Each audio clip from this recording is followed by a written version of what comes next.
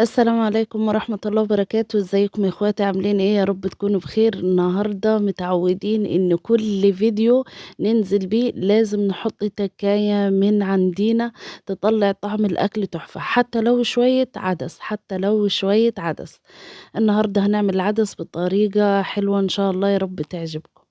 عندي هنا نُص كيلو عدس، أنا هنا غاسلاه كويس خالص، خالص، بادّي له غسلة و2 و3 زي ما أنتم عارفين، وعندي هنا حبّايتين جزر، وعندي هنا حبّايتين بطاطس، وهنا حوالي 4 حبّات أو 5 حبّات من الطماطم.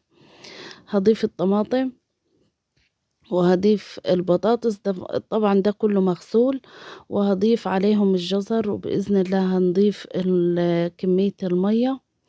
العدس حبايبي يعني بُصّوا لمّا تعملوه بالطريقة دي والله العظيم هيغيّر معاكم الطعم خالص للأحلى، للأحلى صل على والأحسن يعني، محمد. عليه الصلاة والسلام. وكمان لو في حباية كوسة معاكِ بس ما تكتّريش يعني حطّيها، قطّعيها وحطّيها برضه.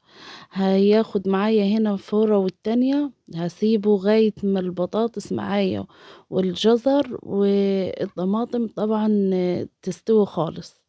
الجزر هنا يا حبايبي أنا باقطّعه شرايح رهيفة علشان يستوي معايا بسرعة. هنا خلاص أنا ضربته في الخلاط أو لو عندِك hand blender ماشي ما فيش مشكلة، وطبعًا هنا هاطُشّه بالبصلة. يعني لازم تعملي له بصلة كده ولو فص توم حتّة تومة كده معلقة تومة ترميها في قلبها ويبقى زي العسل.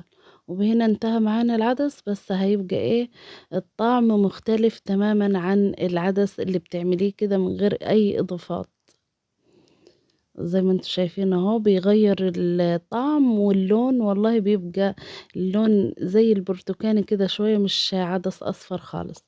يا رب الفيديو يكون عجبكم، والسلام عليكم ورحمة الله وبركاته.